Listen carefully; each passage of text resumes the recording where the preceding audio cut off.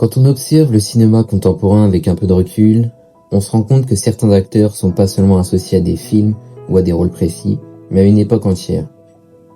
Leonardo DiCaprio fait partie de ces rares visages qui traversent le temps sans jamais sembler appartenir à une mode passagère.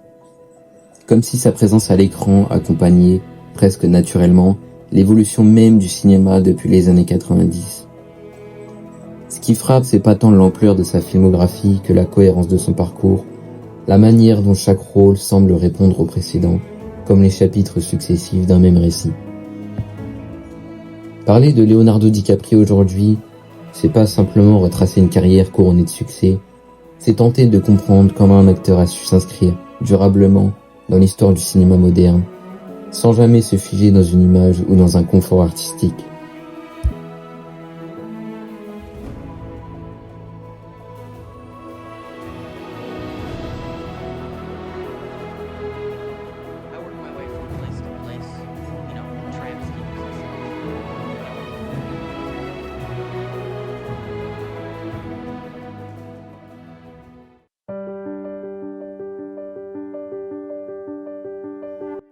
Leonardo DiCaprio naît en 1974 à Los Angeles.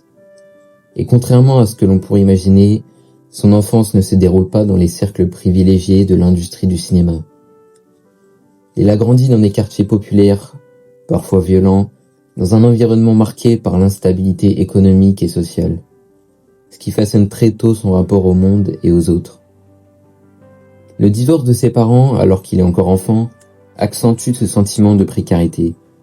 Et sa mère devient la figure centrale de son quotidien, l'accompagnant dans une réalité où rien ne semble jamais acquis. Cette enfance, loin d'être idéalisée, développe chez lui une forme de lucidité précoce. Leonardo DiCaprio observe beaucoup, écoute davantage qu'il ne parle, et semble déjà comprendre que l'équilibre est quelque chose de fragile. Le jeu très tôt s'impose comme un refuge, mais aussi comme un moyen d'exprimer des émotions qu'il n'a pas encore les mots pour formuler. En entrant très jeune dans le monde des castings, Leonardo DiCaprio apprend rapidement à évoluer sous le regard des autres, à être évalué, comparé et parfois rejeté.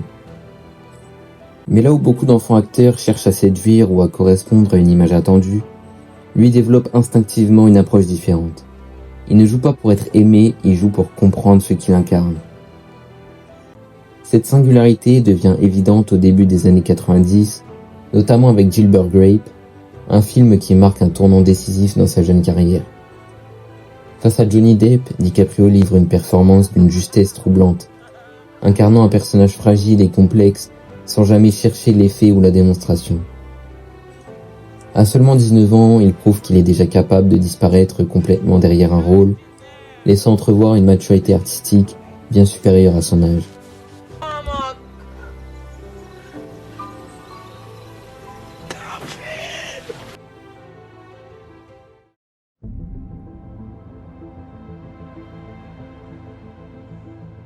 Lorsque Titanic sort en 1997, le succès dépasse tout ce que l'industrie avait pu anticiper. Le film devient un phénomène mondial et Leonardo DiCaprio se retrouve projeté au rang de superstar international. Son visage envahit les écrans, les magazines, l'imaginaire collectif, et son nom devient rapidement indissociable de cette histoire d'amour tragique qui marque toute une génération. Mais derrière cette reconnaissance fulgurante se cache un piège que DiCaprio perçoit très vite. Être identifié comme une idole romantique peut ouvrir toutes les portes à court terme, mais cela peut aussi enfermer un acteur dans une image dont il devient difficile de s'extraire. Et là où beaucoup auraient choisi de prolonger cette popularité en enchaînant des rôles similaires, DiCaprio fait un choix beaucoup plus risqué. Il s'éloigne volontairement des écrans, il accepte de ralentir le rythme et de laisser retomber l'hystérie médiatique. Au début des années 2000, après le succès mondial de Titanic, Leonardo DiCaprio entame une transformation progressive mais déterminante de sa carrière. Il choisit désormais des rôles qui le mettent en danger, qui l'obligent à explorer des zones plus sombres et plus ambiguës de la nature humaine. Dans Gangs of New York, il n'incarne pas un héros triomphant, mais un jeune homme souvent dépassé par la violence du monde qui l'entoure. tandis que dans Aviator, il se glisse dans la peau de Howard Hughes, un génie visionnaire rongé par ses propres obsessions. Ces rôles marquent un changement profond dans son rapport au jeu d'acteur. DiCaprio n'essaye plus de séduire le public, il cherche à rendre visibles les failles, les contradictions, les tensions internes de ses personnages. Cette évolution s'inscrit dans une logique de long terme, où chaque film semble préparer le terrain pour le suivant, renforçant peu à peu sa crédibilité artistique.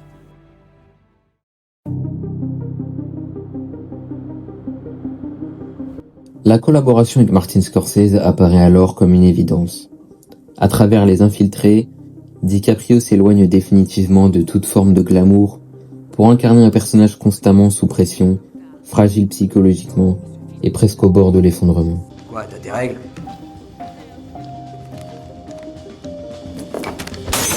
Maintenant, connard, c'est qui casse les règles?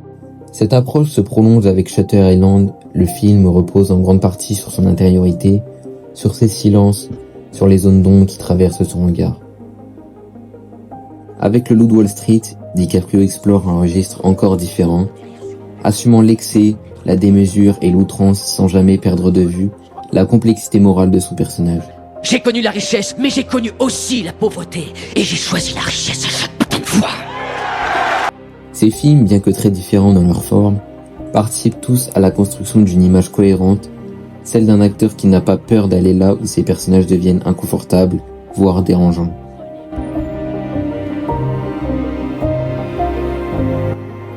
Et cette capacité à naviguer entre des projets ambitieux et des films à grand spectacle se confirme avec Inception, où DiCaprio incarne un protagoniste fatigué, hanté par son passé, au cœur d'un récit pourtant spectaculaire et conceptuel.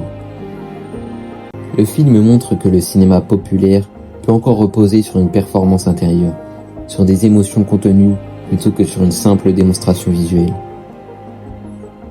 Et cette approche trouve son aboutissement dans The Revenant, un film qui pousse DiCaprio à ses limites physiques et mentales. Ici, le corps devient le principal vecteur de narration, et la souffrance n'est plus seulement jouée, elle est ressentie. Et le film rapportera ce que DiCaprio et tout le monde attend depuis très longtemps. And the Oscar goes to Leonardo DiCaprio.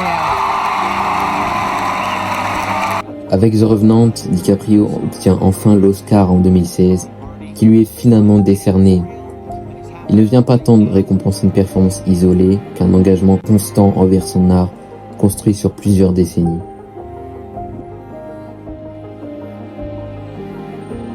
Dans Once Upon a Time in Hollywood, Leonardo DiCaprio accepte enfin de jouer avec le temps, avec le doute et avec la peur du déclin. Il incarne un acteur conscient de sa fragilité, de ses limites, et c'est précisément cette vulnérabilité assumée qui rend sa performance si touchante. À ce stade de sa carrière, DiCaprio n'a plus besoin de prouver quoi que ce soit. Il observe, il nuance, il laisse respirer ses personnages.